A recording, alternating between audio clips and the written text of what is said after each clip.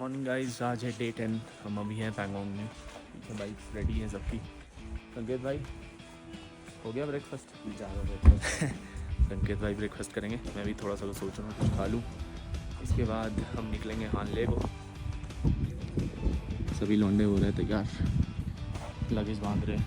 मेरा उधर बीमा रेडी है, लगेज बांध दिया। अविनाश की बाइक, रोनित की बाइक, संकेत की बाइक। और आराम से आयुष, आराम से चलाइयो बाइक। थक गया बहन की इज्जत बहुत टाइम लगता है। पंची बांधते हैं, हाथ दुख के ये रे खून निकल गया। इसने जब से कहा टाइट बांधनी है, मैंने इतना टाइट बांधा कि एक बंजी भी तोड़ दिया। That's the view of Pangong. यहाँ पे मोस्टली आपको स्टेज ऐसी ही मिलेगी। ये टेम्प्रेरी कंस्ट्रक्शन है। आई थिंक यहाँ पे कंस्ट्रक्शन अलाउड नहीं है, या फिर कुछ तो ऐसा है गवर्नमेंट से इनका, जिसकी वजह से। और यहाँ पे आपको नेटवर्क भी सिर्फ एयरटेल का मिलेगा, वो भी बहुत थोड़ा बहुत, ऐसा नहीं कि बहुत फास्ट या फिर कुछ, तो बहुत लाइट होता है। बाकी नज़ारे देखो आप। और जो पीछे वाला चांगला पास है, जिसको क्रॉस करके आप वापस ले जा सकते हो। रोड थोड़ा ख़राब है वहाँ, आपको इसी तरफ जाना है। ऊपर से रोड है, उधर से हानले हम निकल जाएंगे बिल्कुल स्पागमिक होते हुए। स्पागमिक यहाँ से 4-5 किलोमीटर है, और उसके बाद मान विलेज आएगा, उसको क्रॉस करते हुए सीधा हमारा सब कुछ रेडी है। बस चलते हैं, ब्रेकफास्ट कुछ कर लेते हैं फटाफट। थोड़ा सा मतलब आज रोड सही है, तो हम सोचे थे थोड़ा आराम से निकलेंगे। खाओ माँ कसम। तो वही आराम से, थोड़ा कुछ ज़्यादा ही आराम हो गया। 10 बज गया, होपफुली 10:30 तक निकल जाएंगे। तो हम फाइनली निकल चुके हैं पैंगोंग से, और आपको लेफ्ट साइड पे दिख रहा होगा पैंगोंग लेक। और ये रोड जो है हानले की तरफ जाता है। तो पैंगोंग में आप स्पागमिक जो विलेज है, मोस्टली स्टेज वहाँ पे हैं, ठीक है। और आप अगर थोड़े आगे बढ़ चले जाओगे तो आगे जा कर के मान विलेज आता है, वहाँ पे भी स्टेज हैं। तो it's up to you where do you want to stay. Majority लोग जो है स्पागमिक में रुकते हैं, ठीक है, तो हम भी वहीं पे रुके थे। यहाँ के स्टे के बारे में आपको बता दूँ, आप अगर ऑनलाइन सर्च करोगे तो आपको 4 to 5 टाइम्स जो है प्राइसेस वो ज़्यादा ऑनलाइन में शो करता है। बट अगर आप टाइम पे निकल करके अराउंड आफ्टरनून के आसपास पहुँच जाएं और 1-2 प्रॉपर्टी विजिट करके आप खुद से थोड़ा सा नेगोशिएट कर लेंगे, तो यहाँ पे आपको बहुत चीप ऑप्शंस अवेलेबल होगी। बट वही है कि आपको थोड़ा टाइमली पहुँचना होगा, ताकि लास्ट मोमेंट आपको पैनिक ना करना पड़े। तो आफ्टरनून के आसपास आप पहुँचोगे तो आपको स्टेज मिल जाएगी। 2-2 हज़ार रुपये में एक रूम मिल जाता है विथ फूड। और ऑनलाइन वही चीज़ जो है 4,000-5,000 रुपये में मिलता है। तो वो हमारा बहुत ज़्यादा कटा था, हमने ऑनलाइन बुक करा था। तो ये चीज़ आप ध्यान रखना।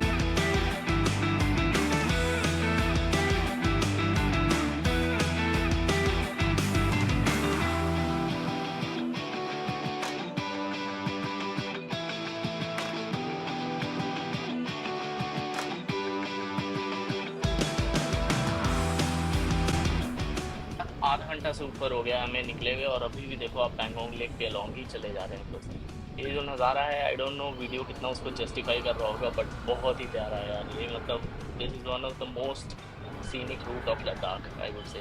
बहुत ही अच्छा है, बहुत प्यारा।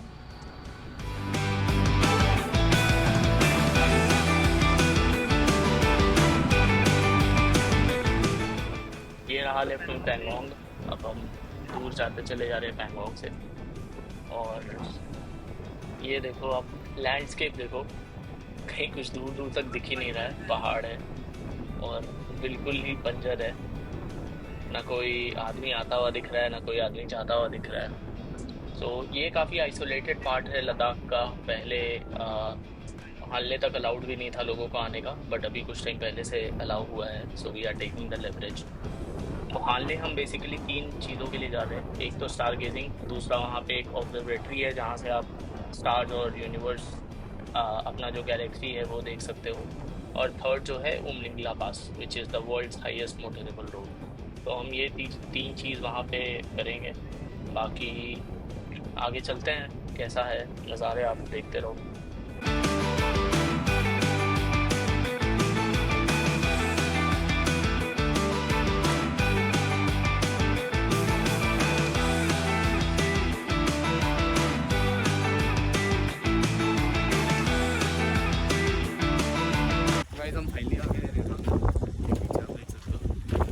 हमारे साथ जो चल रहे हैं उनको वही रास्ता दिखता है, सिर्फ मैप लगाएंगे और गाड़ी भगाएंगे, वो रास्ते में देखते हुए नहीं चलते कि क्या है नहीं है। सुबह उनको बोला था बीच में वॉर मेमोरियल आएगा, वहाँ चलना है, रुकना है वहाँ पे, बट ये लोग इतना आगे निकल गए। एनीवे हम लोग आए हैं, हम लोग एक्सप्लोर करेंगे, फिर यहाँ से निकलेंगे। हाँ सर।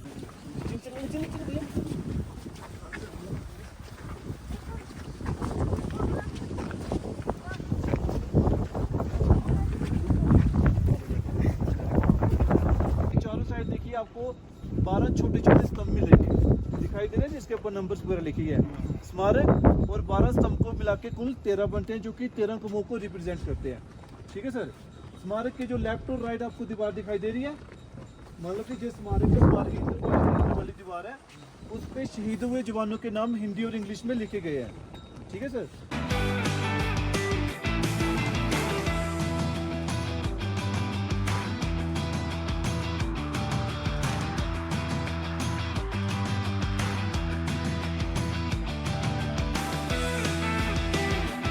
तो गाइज़ ये वॉर मेमोरियल जो है इट्स अबाउट द 1962 वॉर जो इंडिया और चाइना के बीच में हुआ था, जिसमें हमारे 114 जवान शहीद हुए थे।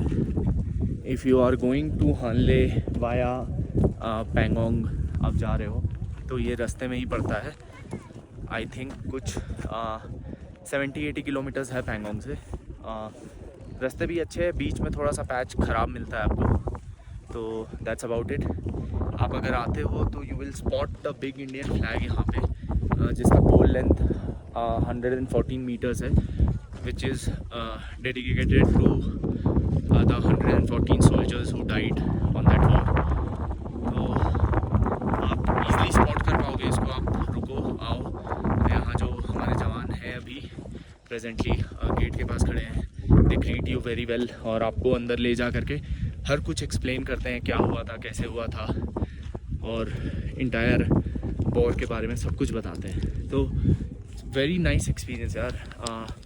यू शुड फील प्राउड कि आप एक ऐसे कंट्री में हो जहाँ यू नो इतना कुछ हुआ है, इतना रिच हिस्ट्री है इसके बारे में, and you should be proud of the Indian army जो जिन्होंने इतना बड़ा सेक्रीफाइस दिया है हमारे लिए, so that we are able to move freely. Because यहाँ से LOC बिल्कुल पास है चाइना का। पीछे जो चुशुल रेंज है ये वाला, ये रेंज भी हमारे अंडर है, और ऊपर ये जो पीछे एक वहाँ पे दिख रहा होगा आपको, पता नहीं दिख रहा होगा या नहीं, बट वो जो पहाड़ है वहाँ पे कुछ बंकर्स है, वो भी अपने इंडियन आर्मी के हैं, that is deployed there. So yes, amazing experience. बाकी अब हम निकलते हैं हानले की ओर। ऑलमोस्ट दोपहर हो गया है, बस चाय पियेंगे और निकलेंगे हानले। बैक टू द रोड्स, और अभी भी दूर दूर तक कुछ नहीं दिख रहा है। This looks even more isolated. मेरे आगे अविनाश जा रहा है और मैं पीछे पीछे हूँ। यहाँ तो मतलब ऐसा है कि बंजर है यार, मतलब कुछ है ही नहीं आसपास। देख लो, दूर दूर तक कुछ नहीं दिखाई दे रहा है। बाकी चलते हैं, रोड ऐसा ही है। कुछ हमें मिले थे वॉर मेमोरियल में कुछ लोग, वो बता रहे थे कि आगे रोड बिल्कुल मतलब इसके बाद नहीं है, थोड़ा सा पैच अभी तक है, इसके बाद रोड है ही नहीं, डर्ट ट्रेल है। तो बस हमें जहाँ भी ट्रेल दिखेगा वहाँ गाड़ी चलानी होगी। तो let's hope for the best. और है वो अच्छा खासा पैच, तो वो कवर करना है। Let's see how it goes.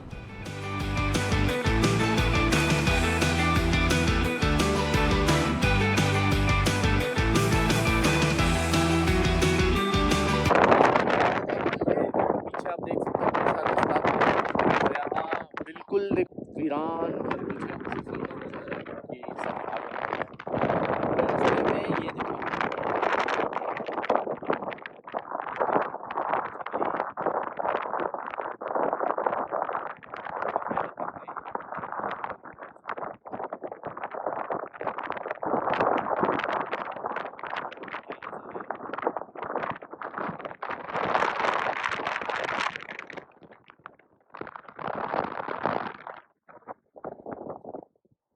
ये देखो, कोई नहीं है। वॉर मेमोरियल में बहुत लोग थे, वो लोग अभी आएंगे।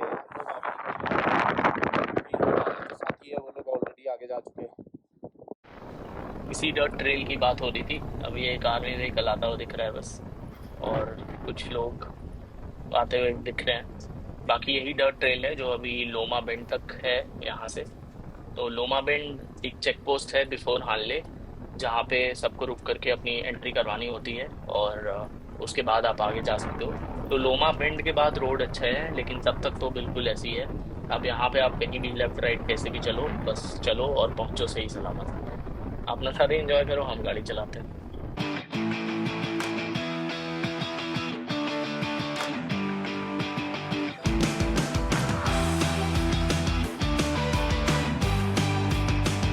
हाँ तो गाइज हम पहुंच गए हैं finally Sagala.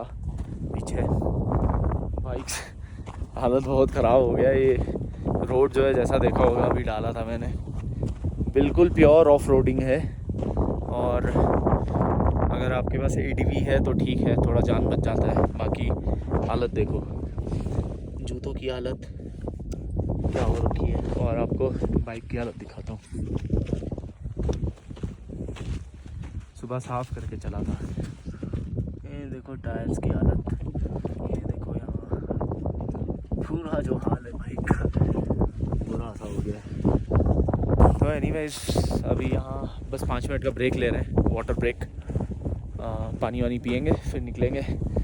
I think 4-5 kilometre पहले एक लोकल से पूछा था हमने कि और ये रूट कितना है ऐसा रोड, तो कह रहे थे 35 किलोमीटर। सो होपफुली अब लेस देन 30 किलोमीटर्स बचे हैं, क्योंकि 6-7 किलोमीटर पहले पूछा था उनसे, तो 28-30 के आसपास कुछ बचा होगा। सो मतलब एक एस्टिमेट लेके चल रहे हैं, नॉट एन एक्यूरेट कैलकुलेशन। सो देखते हैं, फिर पक्का रोड आएगा तो फिर हानले तक खींचेंगे। उसके बाद फिर रोड्स अच्छी है जैसा मैंने सुना है, तो ठीक है। हमें तो एक्चुअली पैंगोंग में जो लोकल्स ने बताया था वो काफ़ी ज़्यादा ये था, कह रहे थे कि 15-20 किलोमीटर का पैच है जो ख़राब है, जबकि ये उससे ज़्यादा है।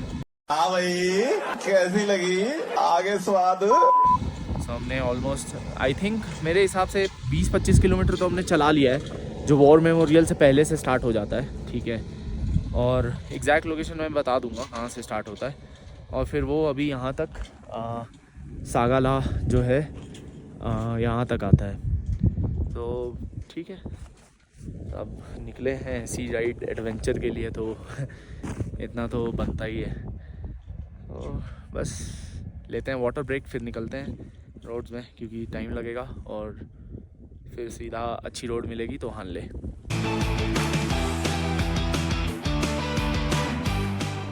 ये जो गाना था ना, जिंदगी एक सफ़र है सुहाना, यहाँ कल क्या हो किसने जाना, ये जो गायक है और लेखक होंगे वो एक साथ इसी रोड पे जा रहे होंगे, और तभी उन्हें इस गाने का याद आया होगा। क्योंकि इस रोड पे कल क्या अभी क्या हो जाए ये किसी को नहीं पता है। आसपास कोई आता जाता दिख नहीं रहा है। पीछे एक ट्रेल पे अविनाश की गाड़ी अटक गई, वो खड़ा है, गाड़ी गिर गई। और ऐसे ऐसे तो हमारे एक्सपीरियंस रहे हैं। यहाँ पे 3 लोग हमारे आगे कहाँ जा चुके हैं हमें कुछ अता पता नहीं है। हम बस चले ही जा रहे हैं, कहाँ पहुँचेंगे नहीं पहुँचेंगे कब पहुँचेंगे इसका भी पता नहीं है। तो चलो चलते हैं।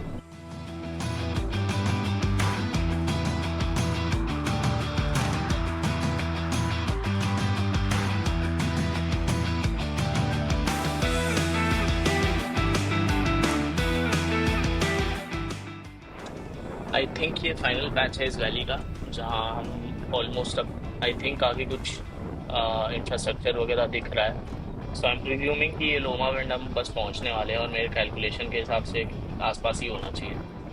तो ये जो आगे एक लेफ़्ट साइड पे लेक दिख रहा है और आगे कुछ इंफ्रास्ट्रक्चर दिख रहा है। आई एम होपिंग कि ये लोमा बेंड हो, बिकॉज अब कमर की बैंड बच गई है और यहाँ पे रोड मिला है। तो ये थोड़ा सा ख़राब सा रोड भी, पतला सा, बहुत अच्छा लग रहा है। तो इसके बाद रोड अच्छा है जैसा हमने सुना है। So yes, this is Loma bend. Loma bend पहुँच गए। अब आगे रोड अच्छा होगा हाले तक, तो बस आराम करेंगे अब उस पर, मतलब गाड़ी अच्छे से चलेगी।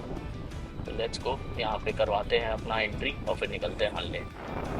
एंट्री हमने करवा ली और हम यहाँ से निकल चुके हैं। अब कुछ ऐसा रोड हमें मिलेगा, 1 वे है बट बहुत अच्छा रोड है, पूरा डेजर्टेड, जो डेजर्ट के बीच में एक पतला सा रोड है, बहुत प्यारा है।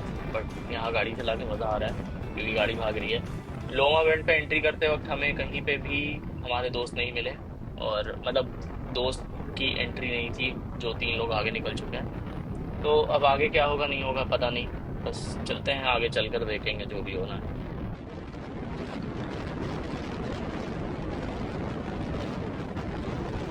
चलो गाइस, अब हम पहुँच गए फाइनली हिमालय, ऑलमोस्ट 3-4 किलोमीटर बचा है। तो हम पीछे इस कैफ़े में रुके थे, मिल्की वे कैफ़े।